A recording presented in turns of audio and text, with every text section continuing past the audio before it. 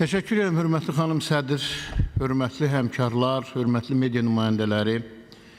Azərbaycanın daxili qoşunları onlara həvalə olunmuş vəzifələri yerinə yetirən zaman şəxsiyyətin, cəmiyyətin və dövlətin mənafeyini, vətəndaşların konstitusiya hüquqlarını və azadlıqlarını cinayət və digər hüquqa zidd qəsdlərdən qoruyur. Daxili qoşunların hərbi qulluqçuları 1992-94-cü illərdə baş verən 1-ci Qarabağ müharibəsində və 2020-ci ildə baş verən 2-ci Qarabağ müharibəsində qəhrəmancasına savaşmışlar.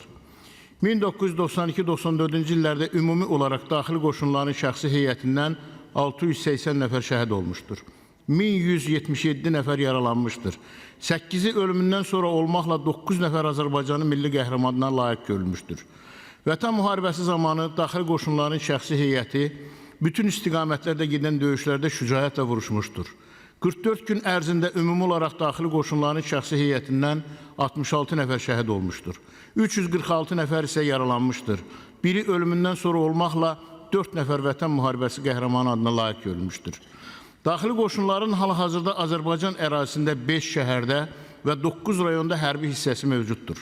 Həmçinin daxili qoşunların xüsusi təyinatlı hərbi qulluqçuları əsasən gizirlərdən və zabitlərdən ibarət olan xüsusi təyinatlı dəstələri mövcuddur.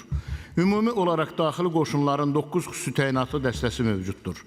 Hörmətli həmkarlar, hal-hazırda ölkəmizin daxili qoşunlarının hüquqi statusu 1994-cü il 8 fevral tarixində qəbul edilmiş daxili qoşunların statusu haqqında Azərbaycan Respublikasının qanunu ilə tənzimlənir. Qüvvədə olan qanun həmin dövrün tələblərinə uyğun hazırlanmışdır.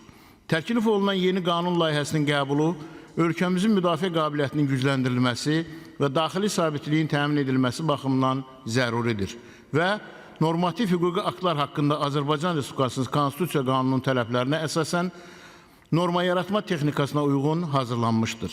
Layihədə daxili qoşunların funksiyaları və səlahiyyətləri daha da təkmilləşdirərək müasir təhlükəsizlik çağrışlarına uyğunlaşdırılmışdır. Müzakirə üçün təqdim edilən Azərbaycan Respublikasının daxili qoşunları haqqında Azərbaycan Respublikasının qanun layihəsi Milli Məclisə Ali Baş Komandan Cənab Prezident İlham Əliyevin imzası ilə daxil olmuşdur. Layihə həmkarlara təqdim edilmişdir. Hörmətli xanım sədr, hörmətli həmkarlar, qanun layihəsi preambula 6 fəsil və 30 maddədən ibarətdir. Layihənin preambulasında qeyd olunur ki, qanun layihəsi Azərbaycan Respublikasının konstitusiya quruluşunun, suverenliyinin, habelə ictimai qaydanın və ictimai təhlükəsinin qorunması sahəsində Azərbaycan Respublikası daxili qoşunlarının fəaliyyətini, hüquq və vəzifələrini, həmçinin daxili qoşunların idarə olunmasının hüquqi əsaslarını müəyyən edir. Layihənin 1-ci fəsli ümumi müddəalara həsr olunmuşdur və bu fəsildə əsas anlayışlar, daxili qoşunlar haqqında Azərbaycan Respublikasının qanunvericiliyi, daxili qoşunların əsas prinsipləri, fəaliyyət istiqamətləri və daxili qoşunların tərkibi haqqında normalar öz əksini tapmışdır. Qüvvədə olan qanundan fərqli olaraq təqdim edilən layihənin əsas anlayışlar adlı 1-ci maddəsində daxili qoşunlar, döyüş texnikası, fəal mühafizə, fərdi qoruyucu mühafizə vəzifələri, fiziki qüvvə, xüsusi silah və sair kimi anlayışlar təsbit olunmuşdur.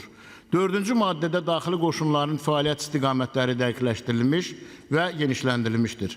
Həmin istiqamətlərlə aşağıdakılar daxildir. 1. Konstitusiya quruluşunun, suverenliyin, ictimai qaydaların qorunması və ictimai təhlükəsinin təmin edilməsində iştirak etmək. 2. Terrorçuluğa və dini ekstremizmə qarşı mübarizədə iştirak etmək.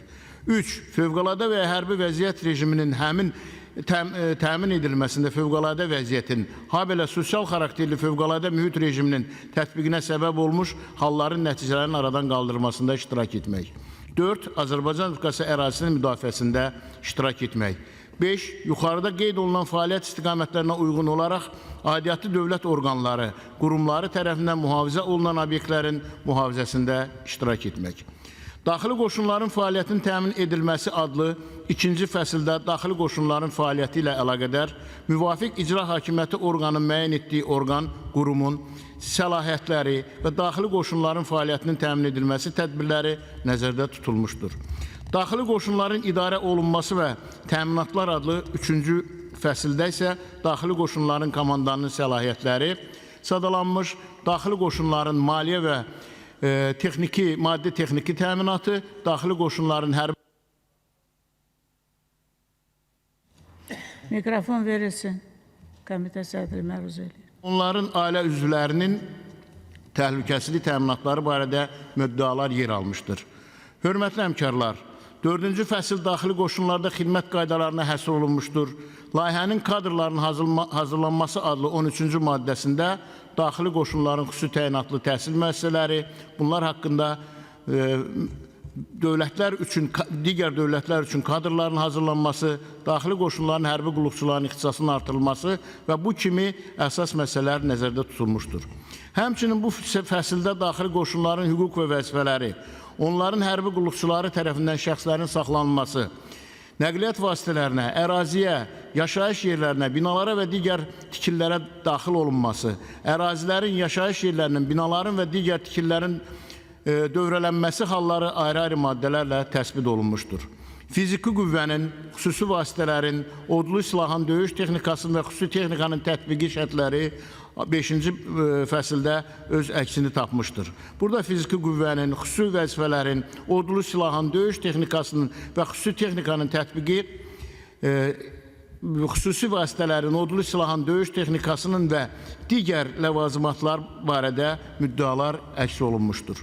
Layihənin 20-ci maddəsinə əsasən daxili qoşunların hərbi qulluqçuları sadalanan vasitələri tətbiq etməzdən əvvəl hüquq pozuntusunun aradan qaldırılması tələbinin yerinə yetirilməsi üçün vaxt verməklə bu barədə şəxsə xəbərdarlıq edir və bu vasitələrin tətbiqi yalnız son zərurət və zəruri müdafiə vəziyyətində bütün digər təsir imkanlarından istifadə lazımi nəticə vermədikdə hüquq pozuntusunun ağırlıq dərəcəsindən asılı olaraq tətbiq edilir. 6-cı fəsil, sonuncu fəsildə yekun müddialar, daxili qoşunların şəxsi heyətinin məsuliyyəti, daxili qoşunların fəaliyyətinə nəzarət, qanunun qüvvəyə minməsi barədə müddialar yer almışdır. Təklif edilən 29-cu maddəyə əsasən daxili qoşunların fəaliyyətinə ümumi nəzarətin Azərbaycan Respublikasının Silahlı Qüvvələrinin Ali Baş Komandanı tərəfindən, İdarə daxili nəzarətin isə müvafiq icra hakimiyyəti orqanının müəyyən etdiyi orqanın rəhbəri və daxili qoşunların komandanlığı tərəfindən həyata keçirilməsi nəzərdə tutulur. Eyni zamanda qanunvericilik təşəbbüsü ilə çıxış edən subyekt qanunun 15.2 maddəsinin dəyişiklik edilməsini, belə ki, daxili qoşun və daxili işlər orqanlarının birgə fəaliyyəti zamanı daxili qoşunlara polis orqanlarının əməkdaşlarının vəzifəsi həvalə edildikdə, onlar polis haqqında Azərbaycan Respublikasının qanunu ilə müəyyən edilmiş polis əməkdaşlarının hüquqlarından istifadə edirlər. Əvvəllər bu hüquqları şamil olunur kimi təsbit edilirdi. Qeyd etmək istərdim ki, qanun layihəsi Milli Məclisin Müdafiə Təhlükəsi və Korrupsiya ilə Mübarizə Komitəsində müzakirə olunub. Müzakirədə Daxili İşlər Nazirinin müavini, Daxili Qoşunun komandanı general-leytenant Şahin Məmmədov və Daxili İşlər Nazirinin müavini polis general-leytenantı Fazil Quliyev iştirak etmişdir. Verilən təkliflər, rəylər və suallara cavablar verilmişdir. Qanun layihəsi komitəmizdə müzakirə edildikdən sonra yekdilliklə Milli Məclisin plenar icrasına birinci oxunuş üçün tövsiyə edilmişdir. Bildirmək istərdim ki, bu qanunun qüvvəyə mindiyi gündən daxili qoşunların statusu haqqında Azərbaycan Respublikası 1994-cü il 8 fevral tarixli 781 nömrəli qanunun ləğv edilməsi təklif edir.